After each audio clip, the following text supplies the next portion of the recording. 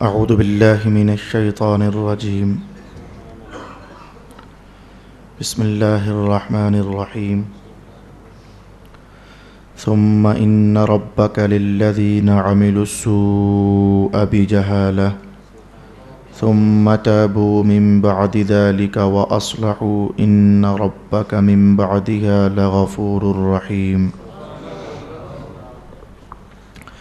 إن إبراهيم كان أمة قانتا لله حنيفا ولم يك من المشركين شاكرا لأنعمه اجتباه وهداه إلى صراط مستقيم وآتيناه في الدنيا حسنة وإنه في الآخرة لمن الصالحين ثم أوحينا إليك أن اتبع ملة إبراهيم حنيفا وما كان من المشركين إنما جعل السبت على الذين اختلفوا فيه وإن ربك ليحكم بينهم يوم القيامة فيما كانوا فيه يختلفون.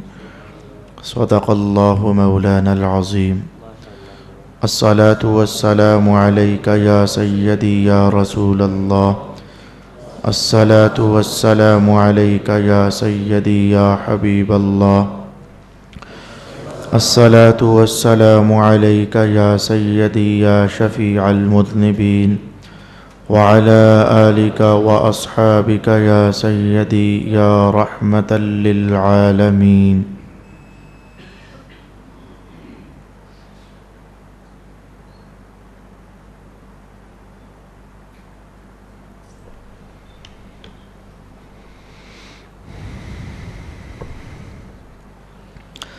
پھر آپ کا رب جن لوگوں نے ناواقفیت سے کوئی گناہ کیا پھر اس کے بعد توبہ کر لی اور نیک کام کیے، بے شک آپ کا رب اس کے بعد ضرور بہت بخشنے والا بے حد رحم فرمانے والا ہے۔ بے شک ابراہیم اپنی ذات میں ایک امت تھے، اللہ کے اطاعت گزار، باطل سے مجتنب اور مشرکین میں سے نہ تھے، اس کی نعمتوں کے شکر گزار تھے۔ اللہ نے ان کو منتخب کر لیا اور ان کو سیدھے راستے کی ہدایت دی، اور ہم نے ان کو دنیا میں اچھائی عطا فرمائی اور وہ آخرت میں بھی نیکوکاروں میں سے ہوں گے۔ پھر ہم نے آپ کی طرف یہ وحی کی کہ آپ ملت ابراہیم کی پیروی کریں جو باطل سے مجتنب تھے اور وہ مشرکین میں سے نہ تھے۔ ہفتہ کا دن تو صرف ان لوگوں پر لازم کیا گیا تھا جنہوں نے اس میں اختلاف کیا تھا، اور بے شک آپ کا رب ان کے درمیان قیامت کے دن ان چیزوں کا فیصلہ فرما دے گا جن میں وہ اختلاف کرتے تھے۔ صدق اللہ مولانا العظیم۔ تلاوت کردہ پہلی آیت کریمہ میں موٹا سا عنوان جو اللہ تعالیٰ نے ارشاد فرمایا وہ یہ ہے: جو لوگ نادانی کی بنیاد پر گناہ کر چکتے ہیں پھر توبہ کر لیں اور اصلاح کر لیں، اس کے بعد اللہ تعالیٰ انہیں بخش دیتا ہے۔ یہ ایک لب لباب ہے پہلی آیت کا جو میں نے آپ کی خدمت میں بیان کیا۔ قابل بحث دو چیزیں ہیں اور قابل ذکر دو چیزیں ہیں جو ہم نے اس آیت میں سیکھنے کا اہتمام کرنا ہے۔ نمبر ایک، الفاظ میں غور کیجئے۔ پھر جن لوگوں نے گناہ کیا جہالت کے سبب، نہ جاننے کے سبب، نادانی کے سبب، اس جملے کو ہم دو طریقے سے سمجھنے کا اہتمام کریں گے۔ بعض اوقات تو ایسا ہوتا ہے کہ کوئی شخص گناہ کرتا ہے لیکن اسے پتہ نہیں ہوتا کہ جو میں کر رہا ہوں یہ گناہ ہے۔ اپنی طرف سے وہ کوئی اچھا اقدام کرنا چاہتا ہے، اپنی طرف سے کوئی وہ مثبت پہلو نکالنا چاہتا ہے، لیکن اللہ کے ہاں وہ چیز گناہ ہوتی ہے۔ ایک یہ پہلو ہے۔ اس کی مثال لینا چاہو تو میں آپ کو یوں عرض کیے دوں گا، ایک صاحب 5 وقت کی نماز گھر میں ادا کریں اور ان سے پوچھا جائے کہ آپ نماز گھر میں کیوں ادا کرتے ہو؟ جب میں یہ جملے بول رہا تھا تو ایک اور مثال میرے ذہن میں آ گئی، میں آپ کو بتا ہی دوں گا۔ آپ نماز گھر میں کیوں ادا کرتے ہو؟ کہنے لگے جی میں گھر میں اس لیے نماز ادا کرتا ہوں تاکہ نماز میری اچھی ہو جائے اور کامل ہو جائے، ہماری مسجد کے مولانا اچھے نہیں ہیں۔ اب یہ اپنی طرف سے انہوں نے اقدام کیا خیر کا کہ نماز گھر میں ادا کروں گا، مسجد کے مولانا اچھے نہیں ہیں، نماز کو اچھا کرنے کی خاطر انہوں نے گھر میں ادا کیا۔ لیکن آپ جانتے ہیں کہ جماعت میں شامل ہونا یہ اتنی بڑی نیکی ہے، اتنی بڑی نیکی ہے اور اتنی بڑی نیکی ہے کہ حدیث کے الفاظ سنیے۔ رسول پاک علیہ السلام نے ارشاد فرمایا، جو شخص نماز کی پہلی صف میں اور دوسری صف میں اور تیسری صف میں کھڑا ہو جاتا ہے آ کر جماعت میں، اللہ اور اس کے فرشتے اس پر درود بھیجتے ہیں۔ اب یہ بہت کمال درجے کی نیکی تھی، لیکن آپ نے محسوس کیا کہ بندے نے اپنی نماز کو کامل کرنے کے ارادے سے اس کمال درجے کی نیکی کو چھوڑ دیا۔ جب اس نیکی کو چھوڑا، جیسے اس نیکی کا کرنا کمال ہے مسجد میں جماعت میں آنا، ایسے ہی اگر جماعت کو چھوڑ دیا جائے تو گناہ کتنا ہے، رحمت للعالمین ہونے کے باوجود۔ نبی پاک کیا ارشاد فرماتے ہیں، جو لوگ جماعت میں نہیں آئے میرا دل کرتا ہے کہ لکڑیاں اکٹھی کر کے ان کے گھروں کو آگ لگا دوں، کس قدر بڑا گناہ ہوا۔ تو آپ نے محسوس کیا کہ بعض اوقات بندہ گناہ کرتا ہے اور اسے پتہ نہیں ہوتا کہ میں نے گناہ کیا ہے، غلطی کر رہا ہوتا ہے لیکن اسے پتہ نہیں ہوتا کہ میں غلطی کر رہا ہوں۔ یہ ذرا اتنا سیٹ اپ محفوظ کر لیجئے تاکہ ہم گفتگو کے دوسرے مرحلے کی طرف بڑھ جائیں۔ آیت میں پھر غور کیجئے، وہ لوگ جو گناہ کر چکتے ہیں جہالت کے سبب سے۔ اب ذرا اس کو میں کسی اور سٹائل سے آپ کے سامنے کہنے لگا ہوں۔ بے جہالت کے سبب سے کوئی بندہ کیسے گناہ کرتا ہے؟ نالائق سے نالائق آدمی بھی ہو تو وہ جانتا ہے کہ شراب پینا گناہ ہے، تو جب وہ شراب پی رہا ہے تو اسے علم ہے کہ یہ گناہ ہے، تو یہ گناہ جہالت کے سبب سے تو نہ ہوا، وہ تو جان رہا ہے کہ یہ گناہ ہے۔ میرا خیال ہے آپ سمجھے بات۔ ایک اور مثال لے لیجئے، ایک صاحب ہیں وہ چوری کرنا چاہتے ہیں، چوری انہوں نے کر لی، تو ہر کم علم سے کم علم آدمی کو بھی پتہ ہے کہ چوری کرنا گناہ ہے، تو جب انہوں نے چوری کر لی، گناہ کر لیا، تو ان سے گناہ ہوا، لیکن یہ جہالت اور نادانی کی وجہ سے تو نہیں، بلکہ وہ جان رہا ہے کہ چوری کرنا گناہ ہے۔ میں نے انداز بدلا ہے تو محسوس کیا کہ اب اس آیت کا معنی کیا ہوگا۔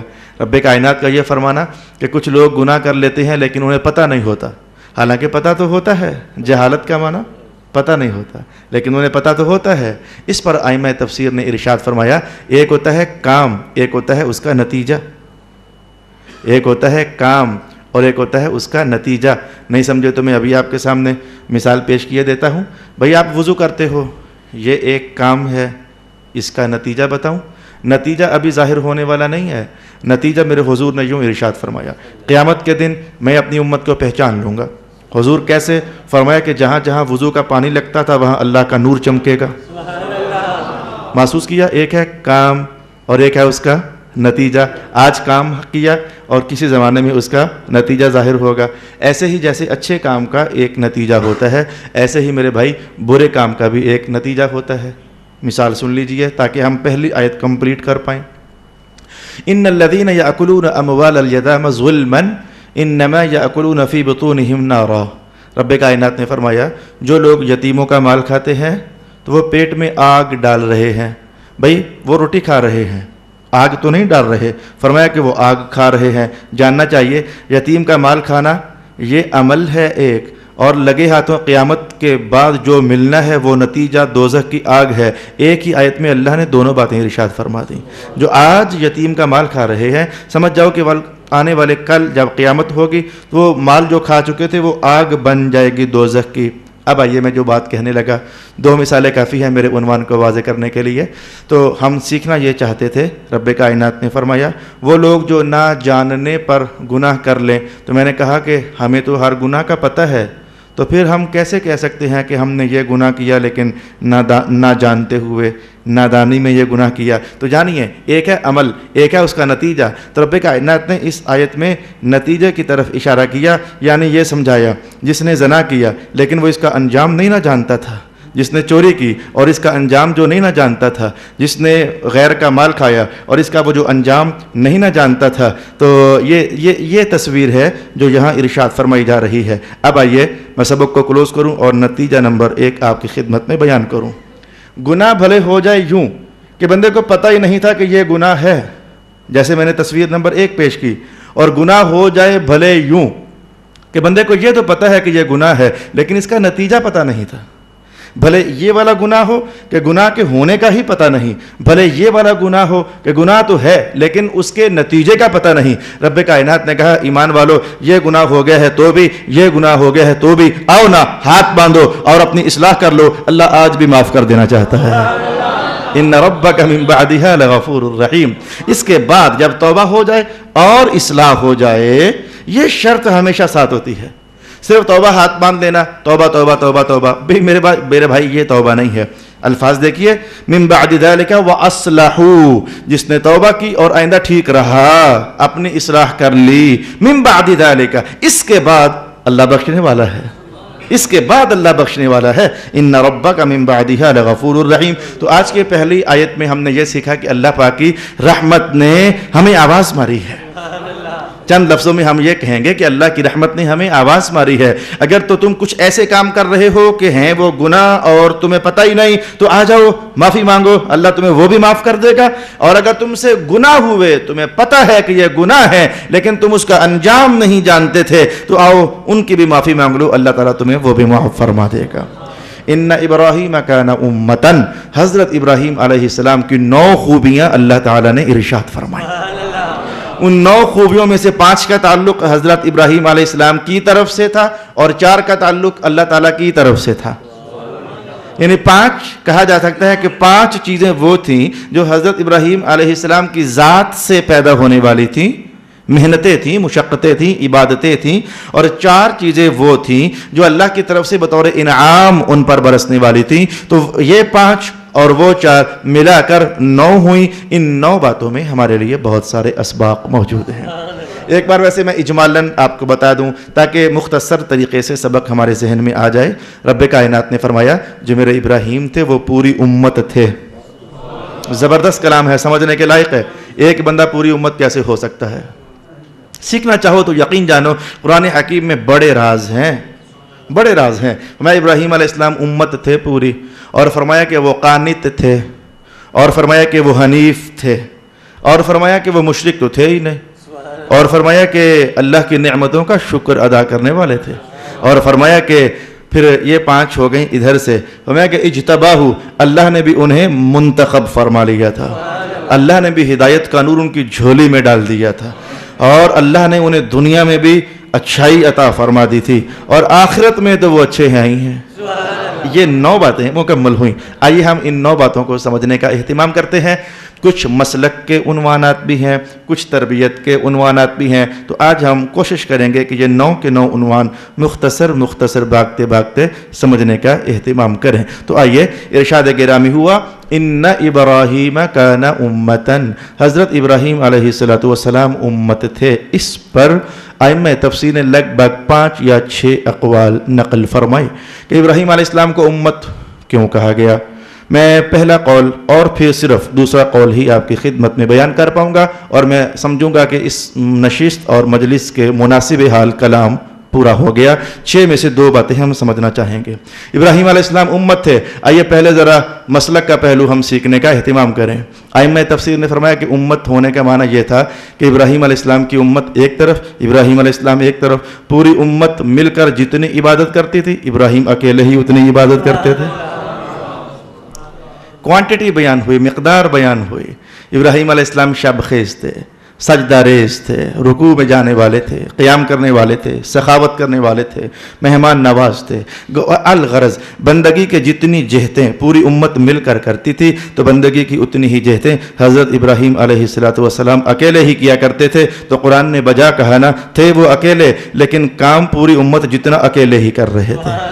یوں کہا جا سکتا ہے کہ وہ انعام، عبادت کرنے پر وہ انعام جو پوری امت پر مل کر برستا اور پھر بٹ جاتا اور ان میں تقسیم ہو جاتا، جتنا پوری امت کو ملتا ان سے زیادہ اکیلے ابراہیم علیہ السلام کو ملا کرتا تھا. اللہ کے دربار سے ابراہیم علیہ السلام کو ملا کرتا تھا. آپ کو محسوس ہو گیا کہ ابراہیم علیہ السلام بہت عبادت کیا کرتے تھے، بہت عبادت کیا کرتے تھے. قرآن حکیم نے ان کی عبادت کی گواہی کے لیے جو لفظ منتخب کیا ہے، میں یہ پوری امت تھے، یہ اکیلے ہی پوری امت تھے. یہ تصویر کتنی خوبصورت ہے، کتنی اونچی ہے، کتنی بلند و بالا ہے کہ اللہ کسی کی بندگی کے بارے میں گواہی قائم کرے اور فرمائے کہ میں رب کہہ رہا ہوں، یہ اکیلا ہی پوری امت ہے۔ ابراہیم علیہ السلام، میرا پیارا ابراہیم اکیلا ہی یہ پوری امت ہے، کتنی عظیم گواہی ہے۔ لیکن اس کے بعد جب میں سرکار دو عالم کی تصویر آپ کے سامنے لاؤں گا، جب میں سرکار دو عالم کی تصویر آپ کے سامنے لاؤں گا تو آپ کا ایمان مچل جائے گا۔ قرآن حکیم نے یہ تو کہا کہ ابراہیم علیہ السلام پوری امت تھے، مانا چلو ذہن میں کر لیجئے، پوری امت مل کر جتنی عبادت کرتی تھی ابراہیم علیہ السلام اتنی اکیلے ہی کیا کرتے تھے، جتنی بھی کرتے تھے اور جتنی بھی کرتے تھے، تعریف ہوئی، بڑی تعریف ہوئی اور بڑی تعریف ہوئی۔ پھر سمجھیے جتنی بھی وہ عبادت کرتے تھے ابھی وہ مقام نہیں آیا تھا کہ رب کائنات فرمانے لگ جائے ابراہیم پیارے بس کرو، کچھ کم کر دو، بڑی ہو گئی ہے۔ جتنی بھی کرتے تھے نا وہ مقام ابھی بہت دور تھا، بہت عبادت کرتے تھے۔ قرآن حکیم نے گواہی قائم کی، پوری امت ایک طرف، ابراہیم پیارے ایک طرف، لیکن جتنی بھی کرتے تھے بڑی اونچی تھی، لیکن ایک مقام اور بھی تھا ابھی کہ جہاں پہنچ کر اگر اس مقام پر کوئی پہنچ جائے نا تو رب بھی کہنے لگ جاتا ہے بس کرو، بڑی ہو گئی ہے۔ لیکن ابھی تک ابراہیم پیارے اس مقام پر نہیں پہنچے تھے۔ اگر اس مقام پر کوئی پہنچا ہے تو سورۃ مزمل کے الفاظ پڑھ لیجئے۔ رب کائنات نے ارشاد فرمایا یا ایھا المزمل قم اللیل الا قلیلا، محبوب پیارے راتوں کو کھڑا ہوا کرے لیکن کچھ کم کر دے، بڑا ہو گیا ہے آپ کا، بڑے قیام ہو گئے ہیں۔ سیدہ عائشہ کیا وہی قائم فرماتی ہیں، اتنا لمبا قیام کہ مبارک پاؤں میں ورم آ جائیں۔ رب کائنات نے کہا کہ محبوب اس لیے تو پھر نہیں نا، کم کریں کچھ، قم اللیل الا قلیلا، کچھ کم کریں۔ بلکہ ایک دن تو میں کہوں گا شک واقعہ ہو گیا۔ حضرت عائشہ فرماتی ہیں کہ مجھے آج تو شک ہی واقعہ ہو گیا۔ کیا ہوا تھا؟ رسول پاک علیہ السلام سجدے میں پڑے تو پھر پڑے ہی رہے، اتنا لمبا سجدہ۔ عائشہ رضی اللہ عنہا کہتی ہیں کہ مجھے شک سا پڑ گیا کہ کہیں رسول اللہ، مانا سمجھ آ گیا، کہیں رسول اللہ کے پاس تو نہیں چلے گئے۔ فرماتی ہے میں لیٹی آپ لیٹی ہوتی تھی، حضور کی تو کیا شان ہے، جب اٹھ پڑتے تھے تو اس وقت آپ بھی لیٹی ہوتی تھی۔ آپ خود فرماتی ہیں حضور کے تہجد کی کیفیت کہ حضور قیام میں ہوتے تو میں آپ کے سامنے لیٹی رہتی، جب حضور رکوع میں آتے تب بھی میں لیٹی رہتی، جب حضور سجدے میں آتے تو مجھے ہاتھ کا اشارہ لگاتے تو میں آگے سے سمٹ جاتی، تو حضور سجدہ فرماتے، سجدہ کر کے اٹھ جاتے تو میں پھر سیدھی لیٹ جاتی۔ اب خود ارشاد فرماتی ہے تو حضور نمازیں عائشہ محترمہ لیٹی رہتی ہیں پاس، فرماتی ہیں آج حضور نے سجدہ کیا اتنا لمبا۔ میں نے کہا ہے کہیں یہ اللہ کے پاس تو نہیں چلے گئے میرے آقا؟ میں نے ذرا ہاتھ بڑھا کر پاؤں کو ذرا چھوا تو رسول پاک علیہ السلام نے بھی پاؤں کو ہلا دیا۔ مطلب یہ تھا کہ وہ نہیں جو تو کہہ رہی ہے، میں ادھر ہی ہوں۔ حضور نے بھی اپنا پاؤں مبارک ہلا دیا۔ لیکن جو دو گواہیاں میں نے قائم کی، اتنے لمبے قیام کہ پاؤں مبارک میں ورم آ جائے، اتنا لمبا سجدہ کہ دیکھنے والا سمجھے کہ کہیں اللہ کو پیارے تو نہیں ہو گئے ہیں۔ اب ایسے میں ایک تصویر ابراہیم پیارے کی ہے، میں پوری امت مل جائے تو عبادت اکیلے، اور ادھر رسول پاک علیہ السلام کی تصویر ہے کہ جس کی عبادت کی جانی چاہیے وہ خالق، وہ معبود خود کہہ رہا ہے محبوب پیارے کچھ کم کر دیجئے، بہت ہو گئی ہے آپ کی عبادت، کچھ کم کر دیجئے۔ نتیجہ پھر سمجھ آیا کہ ابراہیم علیہ السلام کی عبادت پوری امت سے زیادہ، لیکن ابھی وہ مقام نہیں تھا کہ اللہ کہے کم کر دیں۔ تو جب رسول اللہ اس مقام پر پہنچے کہ رب بھی فرمائے کہ کم کر دیں تو سمجھ آئی نا کہ رسول اللہ کی عبادت ابراہیم سے بھی زیادہ۔ نتیجہ سامنے آنے والا ہے، پہلے تین باتیں تو سمجھیے، نتیجہ سامنے آنے والا ہے۔ پوری امت عبادت کرے تو ابراہیم کی ان سے زیادہ، اور لیکن اس سے بھی اوپر مقام ہے جہاں ابراہیم علیہ السلام نہیں بلکہ رسول اللہ فائز ہوئے کہ اتنی زیادہ عبادت کہ رب کائنات فرمائے بس کر دیجئے، کچھ کم کر دیجئے۔ تو رسول اللہ پھر ابراہیم علیہ السلام سے بھی عبادت میں وہ اس مقام پر ہوئے نا، تو نتیجہ سمجھیے جب پوری امت مل کر ابراہیم کے برابر نہیں تو جو مقام ابراہیم علیہ السلام سے بھی اوپر کا مقام ہے تو پوری امت مل کر حضور کے برابر کیسے ہو سکتی ہے؟ پوری امت کے اولیاء بھی مل جائیں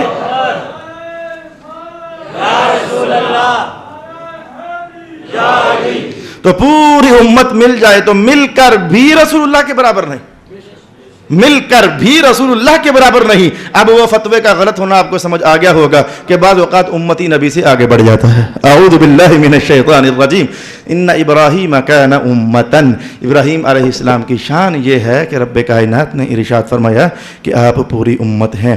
ابھی تو میں نے ایک طرف سے بات کی ہے، اگر میں رسول پاک علیہ السلام کی حدیث پاک کا وہ انداز آپ کے سامنے لاؤں تو طبیعت آپ کی باغ باغ ہو جائے گی۔ مثلا یہ دیکھو سرکار دو عالم صلی اللہ علیہ وسلم نے کیا ارشاد نہیں فرمایا، ایک بندہ تو نماز پڑھنے جا رہا ہے، نماز پڑھ کے آ گیا، اسے اجر ہو گیا۔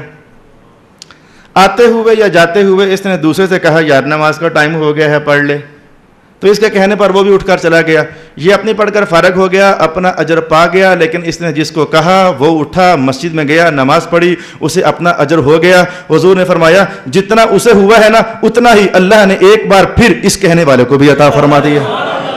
حدیث پاک ہے، میں متن تلاوت کر دیتا ہوں۔ قال رسول اللہ صلی اللہ علیہ وسلم الدال علی الخیر کفاعلہ، نیکی کی ترغیب دلانے والا، نیکی کی بات کرنے والا اجر پانے میں ویسے ہی ہوتا ہے جیسے وہ خود نیکی کرنے والا ہوتا ہے۔ بھائی اس کو ہم 2-3 مثالوں کی روشنی میں سمجھنے کا اہتمام کرتے ہیں۔ میرا نہ کہیے گا، آپ اپنا نہ کہیے گا، ہم نے جو اپنی عبادت کرنی ہے وہ اجر تو اللہ پاک نے اپنی مہربانیوں سے ہمیں دینا ہی دینا ہے، لیکن ہم نے بات کو آگے بڑھایا۔ میں نے آپ سے کہا اٹھیے جی آج آپ 100 بار درود و سلام پڑھیے، آپ نے پڑھا، جتنا اجر آپ کو ہوا میرے کہنے کی وجہ سے اتنا ہی فری کھاتے میں مجھے بھی ہوا۔ میں نے آپ سے کہا آج 2 سپارے پڑھیے، آپ نے 2 سپارے پڑھ لیے، تو جتنا اجر آپ کو 2 سپارے پڑھنے پر ہوا حضور نے فرمایا کہ بتانے والے کو اتنا ہی اللہ پاک عطا فرماتا ہے۔ آپ نے بچوں کو اٹھایا، بچوں نماز پڑھو، آپ نے بیگم کو اٹھایا، بیگم نماز پڑھیے، انہوں نے اٹھ کر نماز پڑھی، تو جتنا اجر ان کو ہوا تو صرف کہنے پر اور بولنے پر اور بتانے پر اتنا ہی اجر آپ کو بھی ساتھ ہو گیا۔ اسی لیے تو میرے حضور پاک علیہ السلام ارشاد فرمایا کرتے تھے کہ یہ مذہب کا کام کرنا سب کی ذمہ داری ہے۔ مذہب کا کام کرنا صرف مولویوں کی ذمہ داری نہیں، علماء کی ذمہ داری نہیں، خطیب کی ذمہ داری نہیں، حضور فرمایا کرتے تھے مذہب کا کام کرنا سب کی ذمہ داری ہے۔ کئی اصحاب علم سوچ میں پڑ گئے ہوں گے کہ حضور نے یہ متن کہاں ارشاد فرمایا ہے، آج تک ہم نے سنا نہیں ہے، آج تک ہم نے پڑھا نہیں ہے کہ مذہب کا کام کرنا ہر بندے کی ذمہ داری ہے۔ میں حدیث کے الفاظ آپ کے سامنے پڑھ دیتا ہوں، جب میں بولوں گا تو معنی ذہن میں فوراً گونج جائے گا۔ رسول پاک علیہ السلام نے ارشاد فرمایا بلغوا عنی ولو آیۃ، اگر تمہارے پاس میری ایک بات بھی ہے تو اسے آگے پہنچایا کرو۔ اس سے ارادے وہی تھے میرے سرکار کے کہ ہر بندہ جب مثلا میں لائن بناتا ہوں، لائن اس نے ایک حدیث حضور کی اسے بتا دی، تو اس نے جب عمل کیا تو ثواب ہوا نا اسے، لیکن اتنا ہی ثواب اسے بھی تو ہوا، میں نے پہلے حدیث کہی، پھر اس نے جب آگے بتائی تو اگلے نے جو عمل کیا اسے بھی ثواب ہوا، چونکہ وہ اس نے اس کے کہنے پر کیا تھا اسے بھی ہوا، اور اس نے تو اس کے کہنے پر کیا تھا اس کو پھر ہو گیا۔ پھر اس نے جب تیسرے بندے سے کہا، اس نے عمل کیا، اپنے عمل کا ثواب پا گیا، اس نے چونکہ اس کے کہنے پر کیا تھا اسے پھر اجر ہوا، اس نے تو اس کے کہنے پر کیا تھا تو اس نے اس کو پھر اجر ہوا، اور اس نے تو اس کے کہنے پر کیا تھا اس کو پھر اجر ہوا۔ اب حضور نے فرمایا کہ سارے میری باتیں آگے کیا کرو تاکہ قیامت کو نامہ اعمال کھلے نا تو ایک نماز کا نہیں لاکھوں نمازیں نکلیں، ایک سپارہ نہیں ہزاروں سپارے نکلیں، ایک درود و سلام نہیں ہزاروں درود و سلام نکلیں۔ بھائی اگر ناراض نہ ہو تو کوئی بری بات تو نہیں ہے، تمہارا ایک درس قرآن میں حاضری نہ نکلے بلکہ آئے تم ایک بار ہو گئے، تمہارے کہنے پر 10 اور آئے ہوں گے تو وہ 10 کی حاضری بھی تمہارے نامہ اعمال میں نکلے، تو یہ میں نے کہا کہ مذہب کا کام کرنا ہر ایک کی ذمہ داری ہے۔ تو یہ میں نے کیا عنوان چھیڑ دیا، میں پلٹنا چاہتا ہوں پیچھے۔ جب حال یہ ہوا کہ ہر اگلے عمل کرنے والے کا اجر پہلے کو تو ہوگا کیونکہ اس نے بتایا تھا، تو پھر جان لیجئے پوری امت کو جو نماز کا حکم ارشاد ہوا واسطوں سے پہنچا، لیکن پیچھے جاؤ تو حکم تو سرکار دو عالم نے ارشاد فرمایا۔ مانا یہ بنتا ہے کہ نہیں بنتا کہ اگر پوری امت نمازیں پڑھے جو اجر ان کو ہونا ہے اکیلے وہ سارا ملا کر ایک بار پھر رسول اللہ کو بھی ہونا ہے، وہ کس میں ہمت ہے مقابلہ کرنے کی رسول اللہ سے؟ میرے آقا حضور کے تو نامہ اعمال مبارک میں ہر دن کھربوں نمازیں پہنچ رہی ہیں ان کے کہنے پر جو ہم نے پڑھی ہے۔ اب گنجا ہو گیا وہ فتویٰ، بس میں زیادہ سے زیادہ اتنی بے عزتی کر سکتا ہوں، کوئی غلط لفظ اس سے زیادہ میں نہیں بول سکتا، میرا محراب اور منبر اجازت نہیں دیتا۔ وہ فتویٰ گنجا ہو کر کے رہ گیا کہ امتی کبھی نبی سے آگے بڑھ جاتا ہے، نبی سے آگے بڑھنے کا تو برابر نہیں ہو سکتا ہے، امتی کی نماز اکیلے کی اسی کے نام پر ہے، حالانکہ ہر فجر میں حضور رحمت عالم کے نام لاکھوں فجریں پہنچ رہی ہیں۔ جیسے میں نے تفصیل آپ کی خدمت میں بیان کر دی ہے، یہ تھا وہ پہلو جو کہ مسلک کے ساتھ تعلق رکھتا تھا۔ ارشاد گرامی ہوا ان ابراہیم کان امتن، میرے پیارے ابراہیم پوری امت تھے، قانتن للہ حنیفا، اب امتن کا ایک اور معنی بھی ہے، میں نے کہا تھا 2 بیان کروں گا، لیکن مجھے لگا کہ ایک ہی کافی ہے، میرا مدعا پورا ہو گیا، میرا مقصد پورا ہو گیا۔ البتہ میں ایک اشارہ مختصر سا کر دیتا ہوں، وہ اشارہ جو حضرت عبداللہ ابن مسعود نے ارشاد فرمایا تھا رضی اللہ تعالی عنہ۔ آپ بھی چاہیں تو امت بن سکتے ہو، آپ بھی چاہو تو امت بن سکتے ہو۔ امت کیا مادہ ہے؟ حمزہ میم میم، یا آپ کی زبان میں الف میم میم، امام امت، امت امام ائمہ، کسی کا امام بننا۔ حضرت عبداللہ بن مسعود نے ایک دن حضرت معاذ ابن جبل کے بارے میں کہا ان معاذا امہ، یہ حضور کا معاذ جو ہے نا، یہ بھی پوری امت ہے، حضور کا معاذ بھی پوری امت ہے۔ فروا بن نوفل پاس بیٹھے ہوئے تھے، کہنے لگے عبداللہ ابن مسعود آپ نے غلط کہا ہے، یہ شان تو قرآن حکیم نے کہی ہے کہ صرف ابراہیم علیہ السلام کی ہے، ان ابراہیم کان امتن، یہ شان تو صرف ابراہیم علیہ السلام کی ہے، آپ نے کہہ دیا کہ یہ معاذ بھی امت ہے۔ اس موقع پر حضرت عبداللہ ابن مسعود رضی اللہ عنہ ارشاد فرمانے لگے تمہیں پتہ ہے کہ امت کسے کہتے ہیں؟ انہوں نے پوچھا امت کسے کہتے ہیں؟ میں کل مبلغ الخیر، ہر نیکی کے حکم دینے والے کو امہ کہتے ہیں۔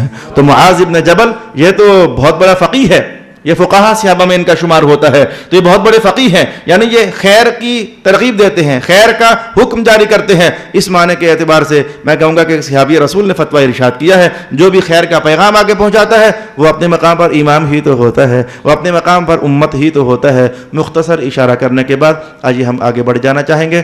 فرمایا قانتاً، بہت اطاعت گزار تھے، حنیفاً، ہر غلط چیز سے بچنے والے تھے۔ قانتاً اور حنیفاً میں کیا فرق ہوگا؟ قانتاً اور حنیفاً میں کیا فرق ہوگا؟ کچھ اعمال ایسے ہوتے ہیں جو درجے میں مثبت ہوتے ہیں، کچھ اعمال ایسے ہوتے ہیں جو درجے میں منفی اثرات رکھتے ہیں۔ مثلا نماز پڑھی، یہ ایک مثبت کام ہے، نور خدا ملے گا۔ روزہ رکھا، یہ ایک مثبت کام ہے، اللہ کی رحمت ملے گی۔ حج کیا، یہ ایک مثبت پہلو رکھنے والا عمل ہے، اللہ تعالیٰ گناہوں کی بخشش عطا فرمائے گا۔ تصویر نمبر 1۔ حنیفاً کسے کہیں گے؟ کچھ کام ایسے ہوتے ہیں جن کے نتائج منفی ہوتے ہیں۔ مثلا جھوٹ بولا، بھئی نتیجہ اس کا منفی ہے، دوزخ۔ چوری کی، نتیجہ اس کا منفی ہے، یعنی دوزخ۔ گالی نکال دی، نتیجہ اس کا منفی ہے، دوزخ۔ بس مختصر سمجھیے، ہر گناہ بولنا تو میرا مطلب اس وقت نہیں ہے۔ تو کچھ کام ایسے ہوتے ہیں جن کے نتائج مثبت ہوتے ہیں، یعنی جنت۔ کچھ اعمال ایسے ہوتے ہیں جن کے نتائج منفی ہوتے ہیں، یعنی دوزخ۔ تو جو ایسے کام کرے جن کا نتیجہ جنت بنے اسے قانت کہتے ہیں، اور جو ایسے کام کرے، جو ایسے کاموں سے بچے جن کاموں کی وجہ سے دوزخ ملتی ہے، وہ ان سے بچے، تو گندے کاموں سے بچنے والے کو حنیف کہتے ہیں۔ ارشاد گرامی ہوا ان ابراہیم کان امتن قانتاً للہ حنیفا۔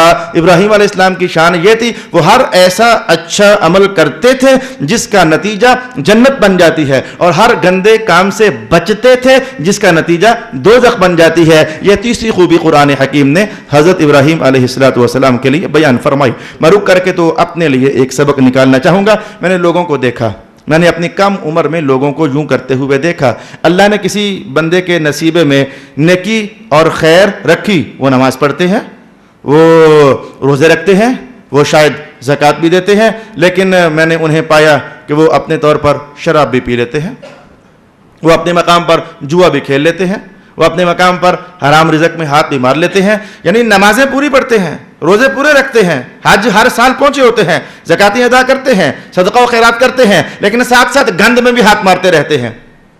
اس کے برعکس کچھ لوگ ایسے ہیں جنہیں میں نے یوں کرتے ہوئے دیکھا، وہ جھوٹ تو نہیں بولتے، کہتے یار میں کبھی جھوٹ نہیں بولا، گناہ سے تو بچے۔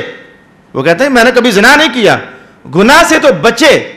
وہ کہتے ہیں جی میں نے کبھی شراب نہیں پی، یعنی جھوٹ بھی نہیں بولا، شراب بھی نہیں پی، زنا بھی نہیں کیا، چوری بھی نہیں کی، گناہوں سے تو بچے، لیکن انہیں مسجد کا راستہ نہیں آتا ہے۔ ایسے لوگ بھی میں نے پائے، گناہوں سے بچتے ہیں، شرابیں نہیں پیتے، لیکن انہیں مسجد کا راستہ نظر نہیں آتا ہے۔ آئیے ہم سبق سمجھیں۔ کچھ وہ ہیں جنہیں اطاعت ملی لیکن گناہوں سے بچنا نہ مل سکا، کچھ وہ ہیں جو گناہوں سے بچتے ہیں لیکن مسجد کا راستہ نہ مل سکا۔ رب کائنات نے کہا کامل یہ بھی نہیں، کامل یہ بھی نہیں، تو میرے مولا کامل کون ہے؟ میں جو ابراہیم کی سنت پر ہے، اور اب وہ کیا ہے؟ میں کہ اچھے اعمال بھی کرنے ہیں اور جن سے دوزخ ملتی ہے ان سے بچنا بھی ہے۔ اگر اس مقام پر آؤ گے تو قرآن کہتا کہتا ہے کہ اللہ اس بندے کی تعریف فرما رہا ہوتا ہے. ان ابراہیم کان امتن قانتا للہ حنیفا. ہر اچھے عمل کا دروازہ کھٹکھٹانا اور ہر برے عمل کے کانٹوں سے اپنے آپ کو بچانا، یہ مل جائے تو اس کا نام ہے بندگی. صرف نماز کا نام بندگی نہیں ہے، صرف نماز بندگی نہیں، اور بہت کچھ باقی ہے، ملے گا تو جا کر بندگی بنے گی. یا پھر صرف شراب چھوڑنے کا نام بندگی نہیں ہے، صرف زنا نہ کرنے کا نام بندگی نہیں ہے، صرف چوری نہ کرنے کا نام بندگی نہیں ہے. میں سادے سے لفظوں میں کہہ دوں، بچے کا کھلونا بھی ہو نا تو اس کے اندر بھی 50 پرزے ملتے ہیں تو ایک کھلونا بنتا ہے. ڈاکٹر اقبال نے کسی موقع پر کہا تھا، جباریو قہاریو قدوسیو جبروت، یہ 4 عناصر ہوں تو بنتا ہے مسلمان. انہوں نے تو کلی طور پر یہ عنوان قائم کیا نا. اور میں آپ سے یوں کہہ دیتا ہوں کہ میرے مصطفیٰ جان رحمت نے جو کچھ بھی دیا وہ سارا جب تک جسم میں سمو نہ لیا جائے اس وقت تک کوئی بندہ مومن کامل ہو ہی نہیں سکتا ہے. تو کمال کے لیے نماز کا پرزہ بھی ضروری ہے، ایمان میں کمال کے لیے روزے کا پرزہ بھی ضروری ہے، نماز میں کمال کے لیے زنا سے بچنے والا پرزہ بھی ضروری ہے. جیسے سائیکل کا ہر پرزہ، گاڑی کا ہر پرزہ گاڑی کے وجود کو کمال دیتا ہے، ایسے ہی بندہ مومن کا ہر عمل صالح اس کے ایمان کو کمال دیتا ہے، اور ہر اس کے گندے عمل سے بچنا اللہ تعالیٰ کے نور کا حقدار بنا دیتا ہے. ارشاد گرامی ہوا، ان ابراہیم کان امتن قانتا للہ حنیفا ولم یک من المشرکین. بالکل نہیں، بالکل نہیں، نہیں. قرآن حکیم نے گویا ہاتھ ہلا دیا بڑا سارا. نہیں، ابراہیم مشرکین میں سے نہیں تھے، نہیں تھے وہ مشرکین میں سے. غلط سمجھا ہے کسی نے کہ ابراہیم کا والد مشرک تھا. قرآن حکیم نے کہا نہیں، وہ مشرکین میں سے تھے ہی نہیں. یہ بحث میں 13ویں سپارے میں کر کے آ چکا ہوں. اس آیت کی تفسیر جا کر پڑھ لیجئے یا سن لیجئے. رب اجعلنی مقیم الصلاة ومن ذریتی ربنا وتقبل دعاء ربنا اغفر لی ولوالدی ربنا اغفر لی ولوالدی. 2 3 4 5 جملوں میں ایک بار اجمال سے میں دہرا دیتا ہوں. قرآن حکیم نے حضرت ابراہیم علیہ السلام کے چچا کو لفظ اب کہہ کر استعمال کیا، یعنی تھا ابراہیم علیہ السلام کا چچا. قرآن حکیم نے وہاں لفظ اب بولا، یار جسے ہم ابا کہتے ہیں عربی زبان میں اب، لفظ اب بولا. فرمایا جو ابراہیم علیہ السلام کا اب تھا یعنی چچا وہ کافر تھا. قرآن حکیم ہی نے کہا جہاں تک ان کے والد اور والدہ کا معاملہ ہے تو وہ کافر نہیں تھے، وہ جنتی تھے، مسلمان تھے. اور اس لیے تو جہاں چچا مراد تھا، علامہ قرطبی کا بیان، سید علامہ اسماعیل حقی کا بیان میں کہہ چکا ہوں، جہاں چچا مراد تھا وہاں لفظ اب استعمال کیا، جہاں حقیقی باپ اور ماں مراد تھے وہاں اب استعمال نہ کیا، والدیہ استعمال کیا. والد حقیقی باپ کو کہا جاتا ہے. الغرض یہ چونکہ ایک انتہائی تیز ترین اشارہ تھا، تفصیلی ترین کلام اس پر میں پہلے بیان کر چکا ہوں. ہم اہل سنہ و جماعہ کا ایمان اور نظریہ اور عقیدہ یہ ہے ہر نبی پاک پشتوں سے پاک پشتوں میں منتقل ہوا کرتا ہے. کسی نبی کا باپ کافر نہیں ہوتا، کسی نبی کی ماں کافر نہیں ہوتی. اگر کسی نبی کا بھی باپ اور ماں کافر نہیں ہوتی تو جاننا چاہیے کہ رسول پاک علیہ السلام کے والد بھی کافر نہیں تھے، ان کی والدہ بھی کافر نہیں تھی. اس پر اپنے مقام پر تفسیر میں کئی بار آپ کی خدمت میں بیان کر چکا ہوں. آئیے وَلَمْ يَكُ مِنَ الْمُشْرِكِينَ، اپنے عقائد کی، نظریات کی چلتے چلتے لگے ہاتھوں اصلاح کیا کیجئے. آپ ہی کے ماحول میں رہتے ہیں ایسے لوگ جو اس طرح کا شور ڈالتے ہیں کہ ابراہیم علیہ السلام کا والد کافر تھا، نعوذ باللہ العزیز، مشرک تھا، اعوذ باللہ العزیز. جاننا چاہیے جہاں والد مراد تھا قرآن نے لفظ والد ہی بولا ہے، اور والد کے لیے بخشش طلب کی جا رہی ہے اور کافروں کے لیے بخشش طلب نہیں کی جا سکتی ہے. ارشاد گرامی ہوا وَلَمْ يَكُ مِنَ الْمُشْرِكِينَ شَاكِرًا لِأَنْعُمِهِ. ابراہیم علیہ السلام اللہ کے بڑے شکر گزار بندے تھے، اللہ کی نعمتوں کا بڑا شکر ادا کرنے والے تھے، بڑا شکر ادا کرنے والے تھے. ایک بات میں پہلے آپ کو بیان کر چکا ہوں کسی زمانے میں، کم از کم 9 سال پہلے، کہ آپ کی اللہ کی نعمت کی شکریوں میں ایک چیز یہ تھی کہ جس کا مال تھا اسی کے نام پر بہت خرچ کیا کرتے تھے، مہمان نواز بہت تھے. ایک بار آپ کھانا پکا کر دسترخوان پر لگا کر دروازے میں کھڑے ہو جایا کرتے تھے، شاید کوئی بندہ گزرے مسافر تو اسے اپنے دسترخوان پر بٹھا کر میں کھانا کھلاؤں. آج جب ایک بندہ گزرا تو بلایا اور بلا کر کہا میرے ساتھ کھانا کھانا چاہو گے؟ اس نے کہا کھاؤں گا لیکن ہوں میں کافر. ابراہیم علیہ السلام کے دل پر بوجھ آیا، فرمایا کہ بس بوجھ آیا کچھ. فوراً وہی نازل ہو گئی، ابراہیم کھلا دے، ہم بھی تو زمانوں سے کھلا ہی رہے ہیں نا کافر ہے ہم بھی تو کھلا ہی رہے ہیں نا زمانوں سے، کھلا دے۔ ایک وہ تھی جو میں نے آپ کو پہلے کہی، لیکن آج کی تازہ روایت میں آپ کی خدمت میں یہ بیان کرنا چاہوں گا کہ آج جو مہمان آپ کے پاس پہنچا تھا تو اس نے کہا تھا کہ ابراہیم میں کھانا تو کھا لوں لیکن میرے جسم پر کوڑ کا مرض ہے، تو آپ بتاؤ میرے ساتھ مل کر کھانا پسند کرو گے؟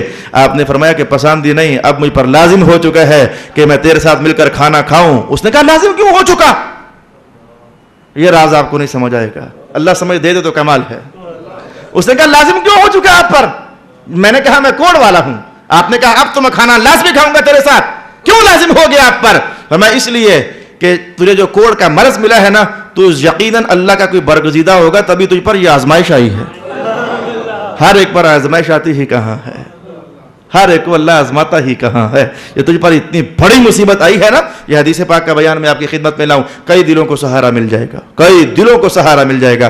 رسول پاک علیہ السلام نے ارشاد فرمایا ایسا ہوتا ہے کبھی کہ اللہ تعالیٰ کسی اپنے بندے کو ایک اونچا مقام دینا چاہتا ہے، یہ حدیث مسلم شریف کی ہے۔ اللہ اپنے بندوں میں سے کسی بندے کو اونچا مقام دینا چاہتا ہے، لیکن اس میں اتنی پرواز ہی نہیں ہوتی کہ وہاں تک پہنچ سکے، اس میں اتنی ہمت ہی نہیں ہوتی کہ وہاں تک پہنچ سکے۔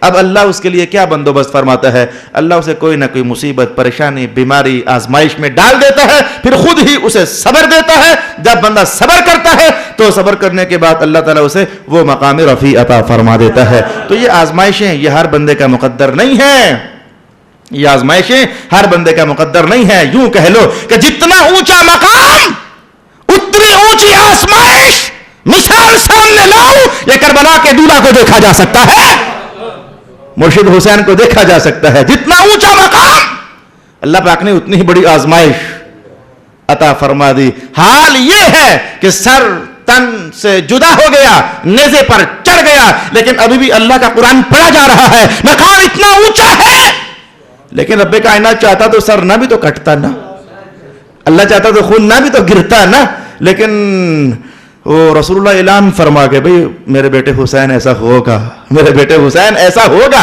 تبھی تو مصطفیٰ کریم تھپکیاں دیتے رہے، ہی حسن۔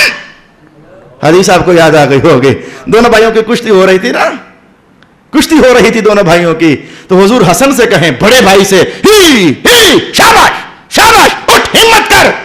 خاتون جنت نے ابا جی ایک وہ بڑا ہے اور اوپر سے آپ اسے ہی کہہ رہے ہیں ہمت کر ہمت کر۔ کہا بیٹی میں کیا کروں، میرے حسین کو جبریل کہنے آیا ہوا ہے، ہی حسین ہی حسین، حسین ہمت کر ہمت کر، جوان بن۔ اسے جبریل کہہ رہا تھا، میں نے کہا حسن کو کوئی بھی نہیں کہہ رہا، اسے میں کہہ دیتا ہوں ہی حسن ہی حسن۔ تو میرے بھائی میں نے آپ کی خدمت میں بیان کیا کہ آزمائش جتنی اونچی مقام اتنا بڑا، مقام جتنا بڑا آزمائش بھی اتنی ہی بڑی ہوتی ہے۔ حدیث سے حدیث جڑ رہی ہے، حضور نے فرمایا نہیں تھا تم میں سے میرے زیادہ قریب جتنا جتنا کوئی ہوتا جائے گا اتنی اتنی اس کی آزمائشیں زیادہ ہوتی چلی جائیں گے۔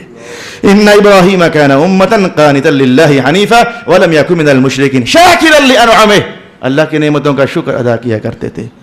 4-5 باتیں ادھر سے گئیں، میں یہ بڑی امت تھے، بڑی عبادت، بڑی اطاعت کرتے تھے، گناہوں سے بچتے تھے، مشرکین شرک نہیں کرتے تھے، شکر کرتے تھے اللہ کی نعمتوں کا۔ 5 باتیں ادھر سے اٹھیں، 4 عطائیں ادھر سے برسیں۔ میں اجتباہ، اللہ نے بھی انہیں منتخب کر لیا۔ بات سمجھاؤں ایک، میرا وقت پورا ہو گیا، مجھے کم از کم یہ آیت پوری کرنے کے لیے یا یہ عنوان پورا کرنے کے لیے 2-3-4 منٹ چاہیے، اگر خوشی سے آپ کی اجازت ہو جائے تو۔ اب اتنا تو ہم پرانے ہو گئے کہ 2-4 منٹ کی اجازت ہو جایا کرے۔ بات سمجھیے، منتخب کر لیا ہم نے ابراہیم علیہ السلام کو، لیکن کب؟ نبی تھے، ازل ہی سے منتخب تھے، لیکن جو تصویر قرآن نے سامنے کی، ہمیں تو ادھر دیکھنا ہے نا، دنیا میں ہمیں تو ادھر دیکھنا ہے نا۔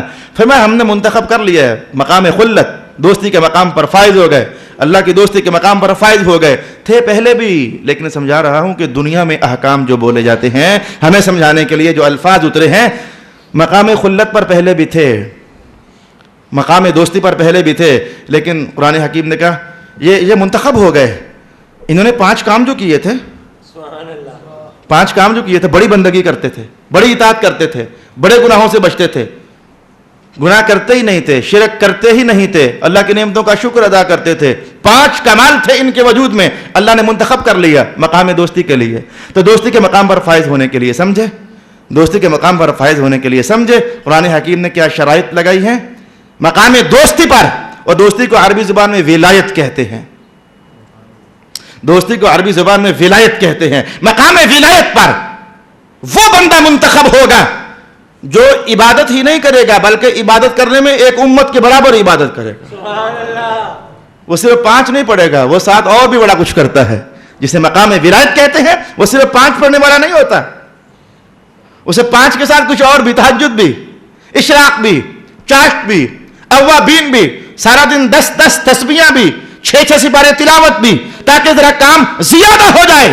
تو جو عبادت میں بہت آگے نکل جائے گا مقام ولایت کے لیے وہ منتخب ہوتا ہے. تو جو 5 بھی نہ پڑھے, ظالموں, سنیوں, ظالموں, جو 5 بھی نہ پڑھے, تم نے اس کے ہاتھ میں ہاتھ دے کر کہا ہوا ہے یہ ہمارے پیر صاحب ہوتے ہیں, یا تم گمراہ ہو چکے ہو.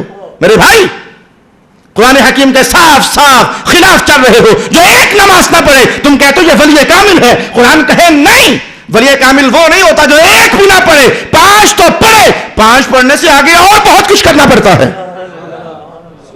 تمہیں بڑا مشکل لگا یہ پیغام, لیکن میں کیا کروں.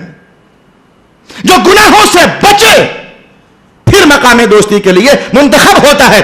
ایسے لوگوں کے ہاتھوں میں ہاتھ دیتے ہو جو شراب بھی پیے, جو کتوں کا ناچ اور لڑائیاں کروائیں, انہیں تم ولی سمجھتے ہو. یہ تمہاری گمراہی ہے میرے بھائی. میں اپنا بول بول کر اپنی امانت کا بوجھ اتار چکا. نہیں پسند تو نہ صحیح میرے بھائی. قرآن حکیم ولایت کی نشانی بیان کرتا ہے. ولی کے وجود میں قرآن کے ہر حکم پر عمل کا نور ہوتا ہے. ولی کے وجود میں سنت شریفہ پر عمل کرنے کا نور ہوتا ہے. آپ کو یاد ہونا چاہیے جب میں نے یہ آیت آپ کو سنائی تھی, الا ان اولیاء اللہ لا خوف علیہم ولا هم یحزنون. اس آیت کی تفسیر بیان کرتے ہوئے میں نے اکابرین امت کے 100 کے لگ بھگ حوالہ جات پیش کیے تھے. جس بندے کے وجود میں سنت کا عمل اور تابعداری نہیں ہے, ابھی وہ ابتدائی راہ میں ہے. مقام خلت, مقام ولایت ابھی بہت اونچا ہے. جس بندے میں نماز کا نور نہیں ہے, اللہ کی بندگی کا نور نہیں ہے, تم کتنے نادان ہو. ایک خیال تمہارا ہے ولی کون ہوتا ہے, ایک بات اللہ کی ہے کہ ولی کون ہوتا ہے. بتاؤ تمہارے خیال والا جو ہے وہ ولی ٹھہرے گا یا جسے اللہ کہے وہ ولی ٹھہرے گا؟ کبھی تو ہدایت پا جاؤ, کبھی تو سمجھ جاؤ, کبھی تو ان جاہل پیروں سے جان چھڑا لو اپنی, جنہوں نے مسلک کو بدنام کیا ہوا ہے, جنہوں نے مذہب کو بدنام کیا ہوا ہے, جنہوں نے اپنے آپ کو اور محراب والوں کو لوگوں کے سامنے تماشا بنایا ہوا ہے اور اس طرح کی باتیں کرتے ہیں. ملاؤں کا جہاں اور ہے, ہمارا جہاں اور. سچ کہتے ہیں, مذہب کے خلاف چلنے والے کا جہاں دوزخ ہے. سچ ہی تو کہتے ہیں. اور یہ ملا غریب جو بات بھی کرتے ہیں مصطفیٰ کریم علیہ السلام کی کرتے ہیں. اللہ کرے کہ ان کا مقام بھی حضور کی جدھر آقا ہوں یہ غلام اور نوکر ادھر ہی ہوں. یہ چند تلخ جملے آپ کو ضرور لگے ہوں گے, لیکن یہ حقیقت کے نور سے خالی نہیں ہے میرے بھائی.